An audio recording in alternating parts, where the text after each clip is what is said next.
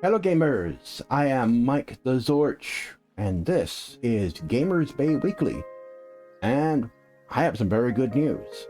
Very good news. Around the end of the year, there was an announcement by the President of Square Enix saying that they were going to incorporate NFTs into games that were made by the company.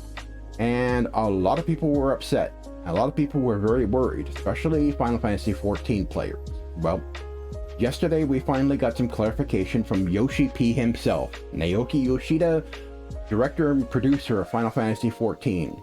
There will be no NFTs in Final Fantasy XIV. The entire player base just went, and you ask why, you may wonder. You may know what NFTs are, then good for you. If you don't know what NFTs are, well then I'm going to give you a short lesson here. I'm going to try and simplify it as best I can.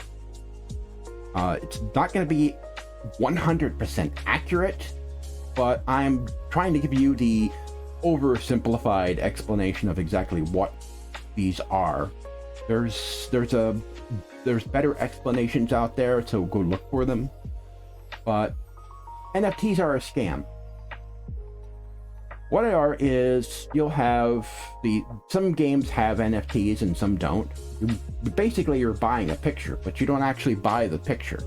The picture is stored in a database called a blockchain. Now, blockchains are not the same thing as cryptocurrency mining. Cryptocurrency mining uses a blockchain database. And that's all that a blockchain is. A blockchain is just simply a database. It's a database that's designed to ensure data integrity, because what it does is when data gets input into the database, it does so across multiple versions of that database. There's multiple iterations of it all running at the same time. That data gets shared among them, and it checks to see if the integrity is good. If the integrity is good, if all the data matches, and also if a key associated with that data matches. You know, if you have that's why you have a public and private key for cryptocurrency. That's what you need for the blockchain database in order to put data on that database. Then if that all matches, that data gets input into the database. If it doesn't, if say someone tries to change data in one of the databases, well, they try to change that data. That database will then go to those other databases and say, hey, we're having a change here. Did you receive any change? And they'll say, no, we didn't receive any changes. So they reject that change. Also, the way blockchains work is also, if there are any revisions made to a piece of data, they will keep the old revisions so that you can actually look back and have a history of what's been changed. And all the data is actually stored in plain text. Mostly stored in it. You can store files and stuff in a blockchain as well, which is how they're doing it with NFTs. You can just store plain text, and this is good.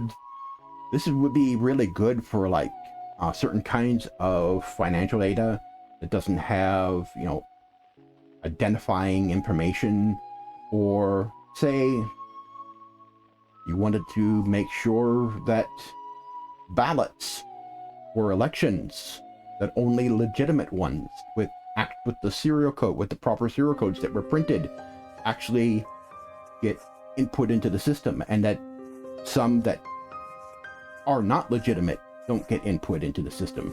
A blockchain database attached to an election system could ensure that.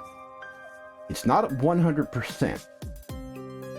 Not 100%, but it's way better than what's currently being used. And unlike cryptocurrency mining, blockchains don't use any more power than a regular database. Not really.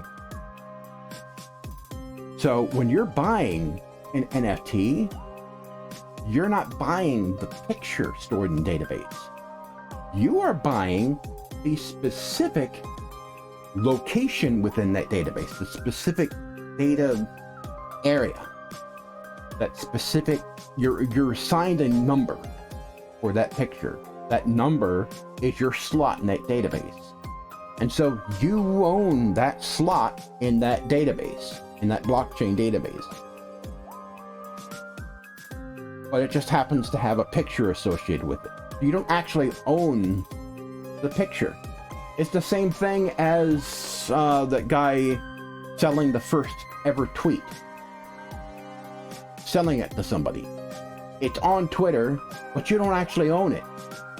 I mean, you paid money for it, and you got a thing that's saying you own it, but you don't actually get it. And that's what NFTs are. Again, not a 100% accurate description of what they are, but that's the closest analogy I can come to it. And they are a scam. Because you don't get anything. You get a picture associated with a number, and you own the slot in that database where that picture happens to be. So if you bought one of those monkey pictures from those NFTs, you don't actually own the monkey picture. In fact, there's a lot of NFTs being sold out there that are using copyrighted images that people have just grabbed off the internet.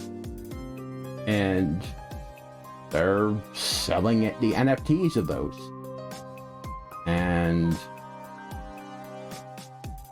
I don't think the current legislation is really designed to handle this. Because you're technically not really buying the picture. You're buying the slot in the database, and that could be used as a defense. So we know that they are a scam. You're not really getting anything for it by paying money for this thing. You're not really getting anything for it. And people are using images that they don't technically own, that they don't have the copyrights for. So it's a scam all around, really. I mean, total scam all around. And there are some games that will be incorporating it. And my guess is the Square Enix games that will be incorporating them will likely be mobile, because that's where NFTs have been pretty big. There are some games that on the PC side are using NFTs, and I think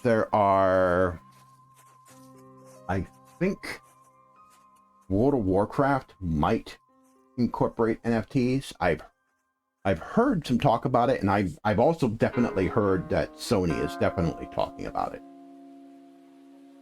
using NFTs on PlayStation 5 and in PlayStation 5 games. So it is a scam, 100%. Don't buy into them. Don't buy into them. There's been some other information that was shared by Yoshi-P, like links for the game, but that will be saved for another video. Anyway, I have been Mike TheZorch. Be careful out there. Don't get scammed by these NFTs. And I'll see you next time.